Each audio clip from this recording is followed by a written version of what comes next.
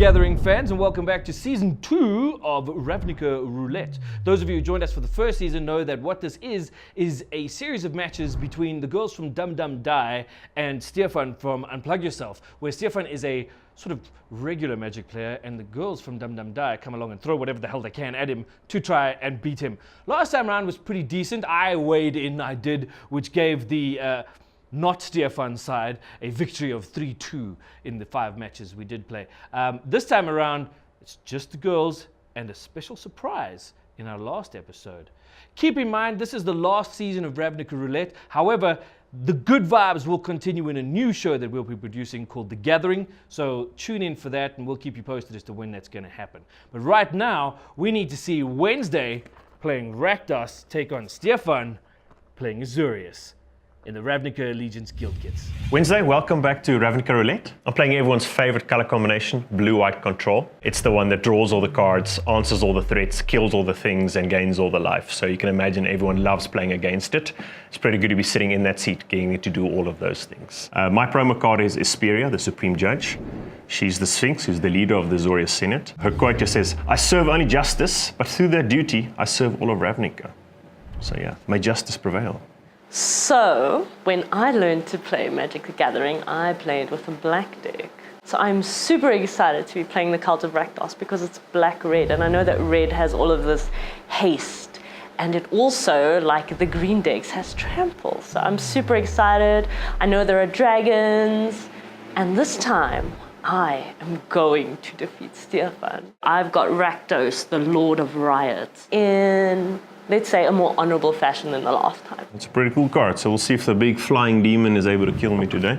My opening hand, not aggressive. I know I'm playing against an aggressive strategy, but I know my mana is going to be crucial for me in this game, so I really have to sequence all of that correctly. I have a lot of lands that come to play tapped. I have a lot of those bounce lands that give me 2 mana, but the effect of those is that I have to return a land to my hand. Okay, I will start with an Azorius Guildgate. Comes into play tapped. Pass the turn to you. Alright, draw a card. Okay, and then I'm going to play Rakdos Guildgate as well. I think that's me. Okay, draw, tap, draw. I'll play a Plains, and that's me. Back to you. Untap first, draw a card. Okay, I'm going to play a mountain, and then I'm going to tap. Can I do both of them or just one? Yeah, you can tap both of them. Okay. I'm going to play a creature, Rick-Smarty Reveler, Human Shaman. I am super excited because I'm already drawing cards that I can use in combat because I love the combat. When he enters the battlefield, discard a card and then draw a card. Okay, I will discard this Rakdos Key Rune. The only reason I'm excited to play this deck is because I want to hit Stefan where it hurts. Okay, my turn. I will draw. Okay, I'm going to play Azorius Chancery. So it enters the battlefield tapped. When it enters, I have to return another land to my hand. I'll add the 1 white mana. I'll just pass the turn to you. All right.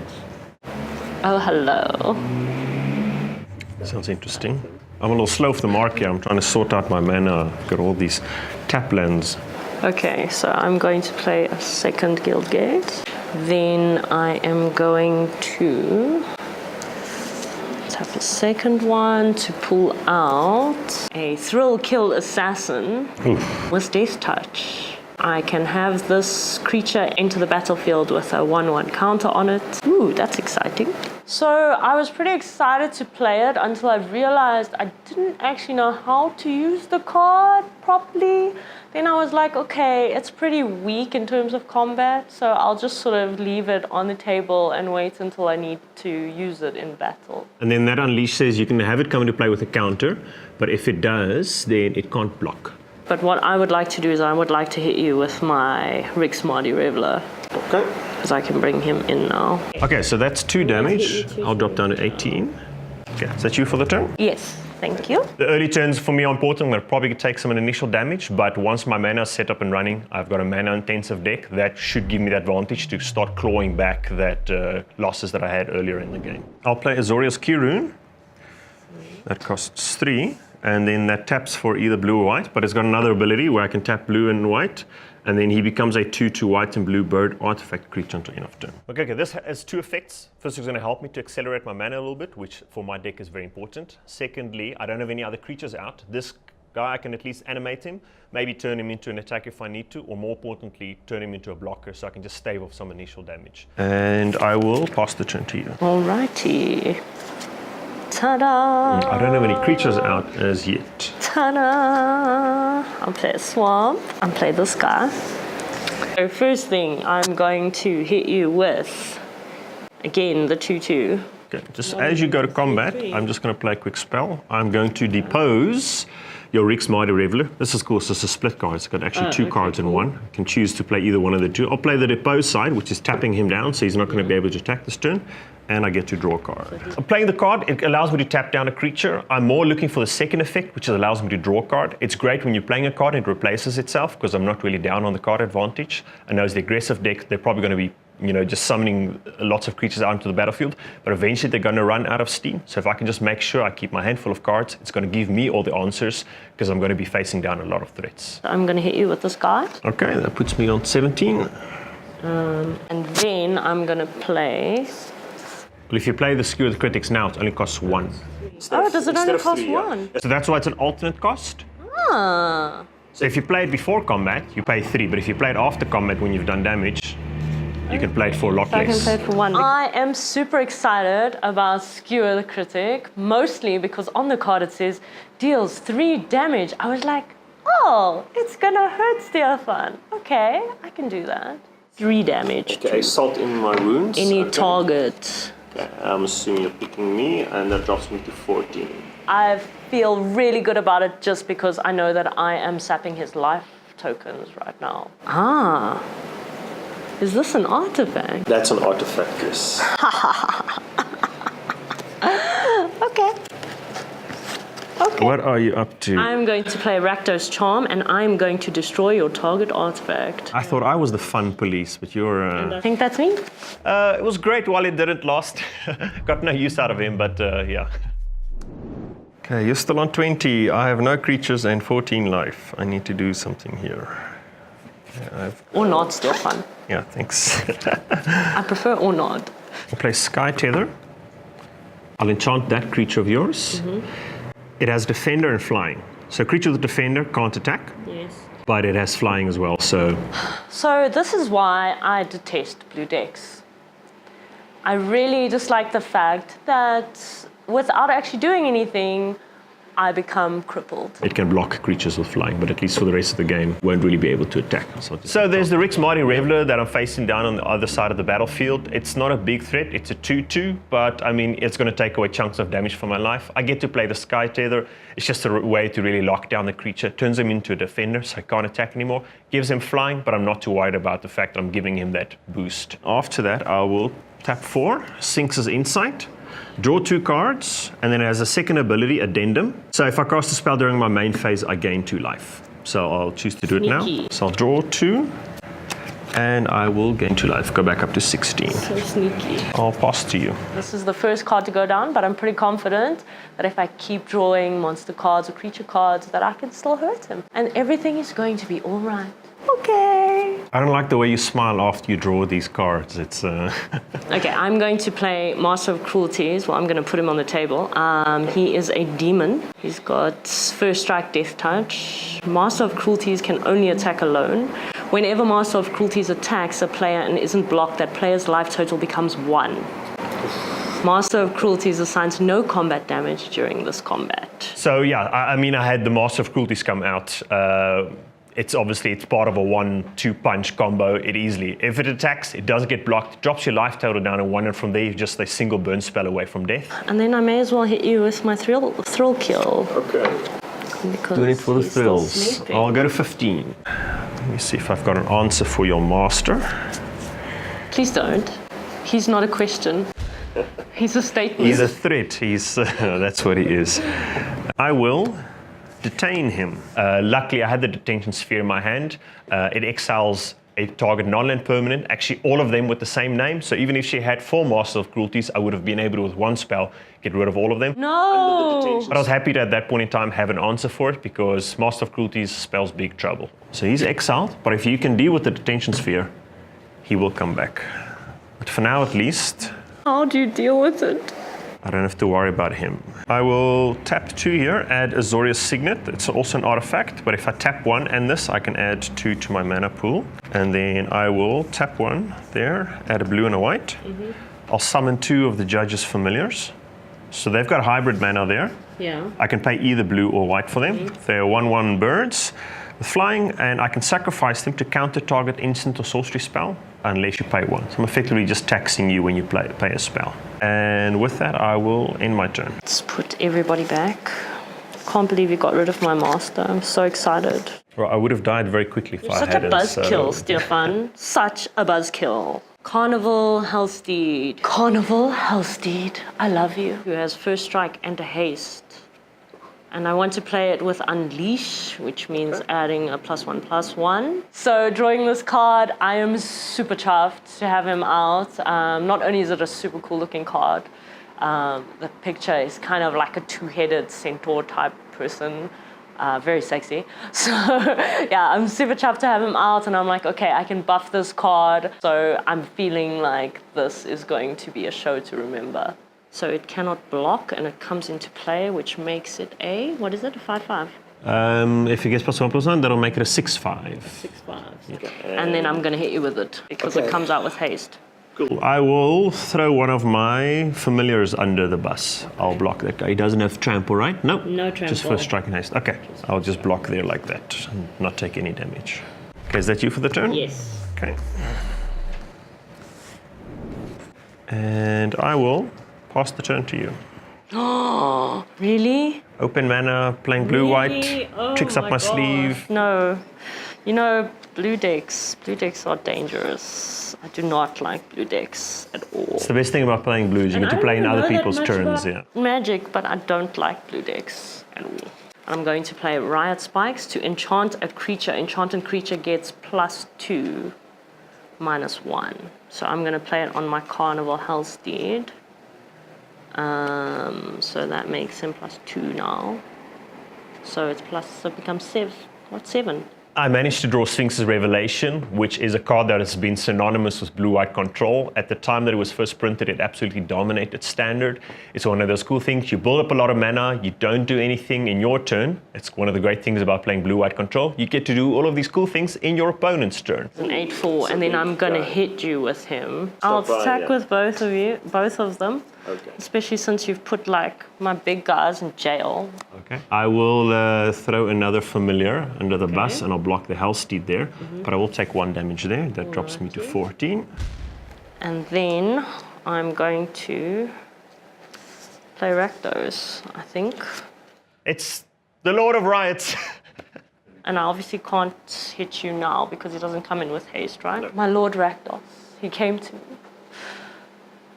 And it is phenomenal. It is such a feeling to have him out there, and although he's still asleep because he's not ready for battle, I know that when he is ready, it's going to be glorious. Flying Trample, creatures, spells you cast cost 1 less to cast for each 1 life your opponent's lost this turn. Okay, cool. Okay, so he also like encourages you to really play creatures after combat. And I've got nothing in my hands. Look, guys, okay, magic. You are empty. Okay, I am going to, at the end of your turn, I'm going to play Sphinx's Revelation. I'm going to tap 1 here to get 2 there and 3 there. I'll add blue, white, and then 3 here. Gain X life and draw X cards. So let me just see. That is... So it costs 3 and then X. X can be however much mana I have left. It allows me to gain X life and draw X card. It's a great way to restock my hand and just gain back some of that life that I've lost. So any advantage that my opponent had in the earlier turns, I get to almost negate that with a single card or at the end of their turn. Mana. So X is 4. 1, 2, 3, 4, and up to 18. This was meant to be a 5-minute game. 5 minutes, Stefan. Let me just see what I've drawn here, because I still don't have any answers. You've got a few creatures out there. I keep telling you, they're not questions, they are statements. I will play the Azorius Guildmage. 2 abilities. I can pay 3 to tap a creature, or pay 3 to counter target activated ability. I draw the Azorius Guildmage. He's great because he's one of the first versions of the Guildmage where they had an activated ability, where you could, as long as you could pay the cost, you could utilize that ability as often as you wanted to. In later versions of the Guildmages, they changed that, so you almost had to tap them as well, so you got that effect once off. This was great because it's going to allow him to tap down big threats, which means I'm not going to have to take any damage. And as long as I've got mana, I can play that effect multiple times. So she can have multiple threats out. My Guildmage is going to keep all of those guys in check. Pretty happy about that. Sphinx of New Prav, he's a 4/3 with Flying and Vigilance, so he doesn't have to tap. And spells that you control that target him cost 2 more, so there's a tax in order to tap him. I'll play Azorius Chancery, and in order to do that, I have to return a land to my hand. Okay, I'll pass the turn to you. Okay. Oh, hello. So I'll do this first, where I will put onto the battlefield Lizolda the Blood Witch. It's a little scary. These are big threats. Other than Sphinx Revelation, I haven't seen any of my mythics come out, so that's a big impact card. Then I'm going to hit you with a lot of things. Let's see, who do I block with? I think I should block with... Okay, I'm actually going to be crazy, and I'm going to hit you with Rakdos. 6/6, and then I'm going to hit you with my 8... What is it? 8/5? Hellsteed, 8. He's an 8/4 because he's got a minus yes, from that 8/4. ability there, yeah. Yes. So I'm going to hit you with those 2. I will block the Steed with the Sphinx. So they will kill each other off, and then I will take 6 damage there. That puts me on 12. You are dead. Yep. So what I'm going to do is I'm going to deal 2 damage to you and take him as a red card. Okay, that's 2. And how many whatevers is that? 2? Yeah, you have to pay 2. So I have to pay 2. There we go. Goodbye, Carnival Hellsteed. I will miss you. Okay, that puts me on 10 life. Is that you for the turn? Yes. Let's see here. I need answers for Rakdos. Play Sky Hussar. He's flying. When he enters the battlefield, untap all creatures I control. And then pass the turn back to you. Okay. You have to play very defensively now because you're still on full... Another guild gate. So then I'm going to hit you with, what have you got on the table? Got this 2/2 that can tap things and counter abilities, Yeah. and he's a 4/3 with flying. Okay, so... But I will, just before you go to combat, Yes. I'm going to tap here, What does that do? and I'm going to activate that top ability, tap target creature. I'm going to tap down Rakdos so that he can't attack this turn. Why am I playing against the blue deck? I honestly feel a little bit violated. How could you do this to the Demon Lord Rakdos? It's actually just inconsiderate. It's rude, and I'm not impressed. Azorius is boring. Why do you keep putting everyone in jail? What's your problem? It's what I do. That's so rude. Justice. So rude. Okay, so I can't bring him in. You're a lawless folk. You just like killed everything. Like you just... They're not dead, they're there, they just don't do anything. Yeah, that's not cool. So he can't block either. No. Damn it. He will untap next turn, but just for now, he's going to be in there. Can't, you see, now I'm not dealing enough damage to kill you. And I'm worried if I sacrifice and I end up drawing another mana. Okay, I'm gonna do it anyway. Okay, I'm going to use this Lizolda's powers to sacrifice my Thrill Kill Assassin to draw a card. Oh, I'm assuming that was a land card.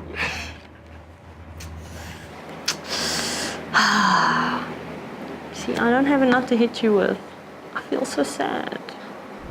Okay, I'll take every opportunity I can get. Yeah, I think this guild mage is going to be troublesome for you because as long as he's there, he's going to keep your Rakdos in check. Exactly. I will tap 5 there, play Windstorm Drake. Flying, other creatures I control with flying get +1/+0. So that Hussar is now a 5/3. I hate blue I decks will- so much. Attack you for 5 flying. So much. And I can't even block You can't block that, no. at all. I can't even absorb. Unless you've got a spell you can play, but otherwise you're going to take 5 damage there.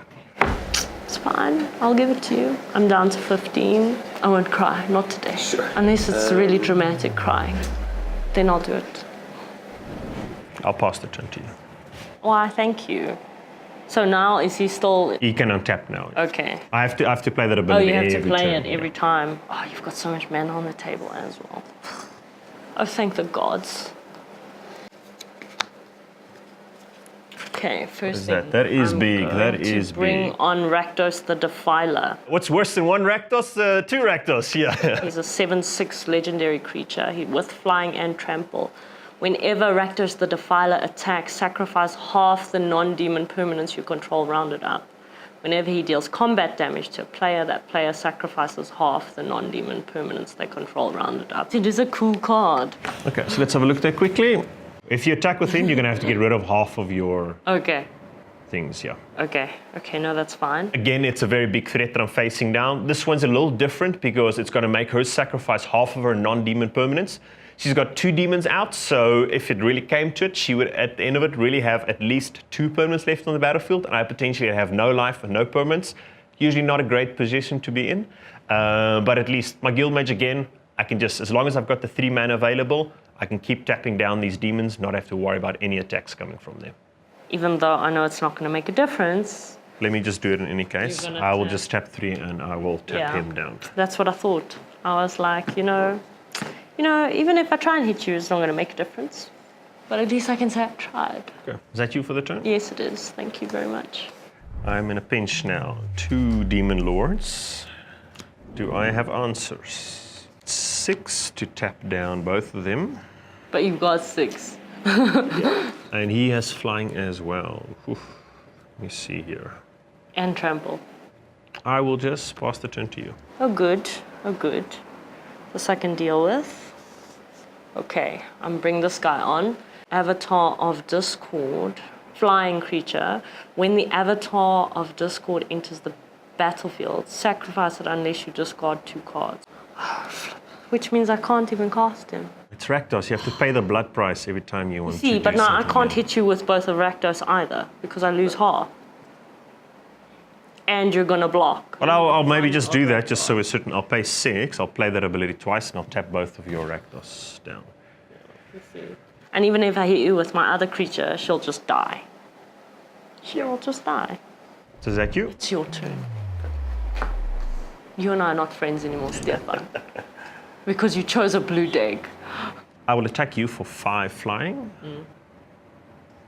That you can't block. I don't know if you have a spell, but otherwise you'll take 5. Okay, so we're both on 10 life now. And pass the turn to you. 3, 6, 8. 8 mana, wow. And I'm going to play Utvara Hellkite. He is a dragon. So he's obviously got flying. Whenever a dragon you control attacks, creates a 6/6 red dragon token with flying. So he's in effect 2 dragons. Yes. Is that correct? He brings his friends. So that's only next round. Aww, Sure. that's so cute. I will just go ahead so long and pay 6 to tap down the 2 My demons. demons. But you are quickly summoning more threats than I'm going to have answers for in a moment. Well, I can't do anything further because my dragon's asleep. I will, at the end of your turn, I'll play that ability again and tap down the Utvara. Is that you? Yes. I've been using my Sky Hussar, who's got 1 additional power. As long as I can tap down their flyers, it means I can sneak in a bit of damage every now and then. I'm dealing chunks of 5 damage. She was on 20 for a long part of the game. I'll attack you for 5 with the Hussar. Flying damage, put you on 5. I'm on 10. And I'll pass the turn to you. I'm going to lose to a blue deck. Justice. Justice is for noobs. All right. We don't need that here. What we need is entertainment. We need fun. We need life. I know it's going to all come down to a crucial moment where I'm basically putting her on 5 life. I can deal 5 damage that's going to go uncontested because I can tap down any flying blockers that she has. So I'm going to play the Rakdos Guild Mage. He is a zombie shaman, and I'm going to discard. No, I'm not going to discard a card. Like, that is stupid. That is stupid. Why would I do that? No, I'm going to play it like this, and I'm going to create a 2/1 red goblin creature token with haste. So I've created one with haste, so that means he comes in already. Before your combat, I will tap 4, 5, 6, 7, 8, 9. Are you tapping all of them before I hit you? That guy, and that guy. All your flying big baddies that can kill me in one shot. But I was just about to like. Oh. I kind of like being alive, so that's... You are just, no, you're a serious buzzkill, like a serious buzzkill. Because now, even though I hit you with both of them, I can't do anything. No, well, you don't have to attack with him, but you... Yeah, okay. I do have 2 blockers. Yeah, exactly, you've got 2 blockers. And neither of them will die, because they're both... No, that guy would die, but I probably won't block with him. Yeah. I need that ability of his. And that guy, how many? He's a 3/3, so he'll kill your goblin. Okay, so then I'm going to attack with her as well. So I'll attack with everybody that I have on the table. Because I have to exile him after combat. Oh, It sure. says Okay. exile it at the beginning of the next end step. Okay. So I'm going to hit you with both of them. So 2/1, 3/1. Okay. Well, then he does interact a little bit with her ability, because if you have to kill him off any case, for his own effect, you might as well do it to get As that a benefit. sacrifice. So Yeah. what does that sacrifice? Deals 2 damage as well.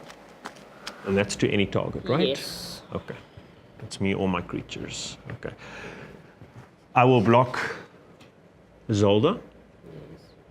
And then I will take 2 damage there. That puts me on 8. So she's going to die. You have the option now to... You can sacrifice her to her own ability as well if you wanted to. Oh, really? I will do exactly that. Okay. So she's dead, and he goes... He gets exiled in any Because case. it's the end yeah. of my turn. Yeah. Okay. So now you get Lizolda's ability there, which is, because that was a black and a red creature, so you get the 2 damage and get to draw a card. Yay. But you just have so to pay... exile is a different... Yeah, exile just goes out of the game, and then it can come back in. But just to play Lizolda's ability, you have to pay 2, right? 1, 2. There we go. Okay, so you get to deal 2 damage to any target as well. So I would like to deal 2 damage to you as well. To my life, or to my creature. Guild Mage, I think. I think I should Okay. get rid of the Guild Mage. Only managed to get rid of the Guild Mage now, which is kind of pointless because I'm on 5 life and I'm scared. Okay, I didn't say that out loud. I'm not scared. There were a lot of expletives throughout, which I'm not sorry for because it really hurt me. It really, Stefan, you really hurt me. Why did you do that? Okay, I think that's a momentous turn in this game. That's going to...